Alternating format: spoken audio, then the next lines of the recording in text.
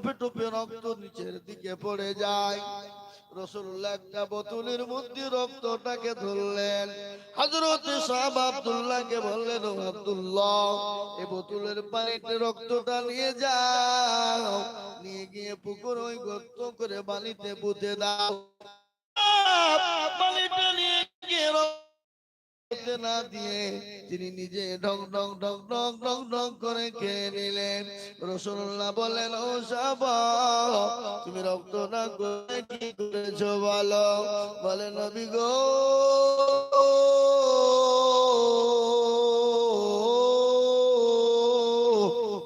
আপনার রক্ত মাটিতে পুঁতে থাকবে, আমরা সাহাবা হতে দেব না।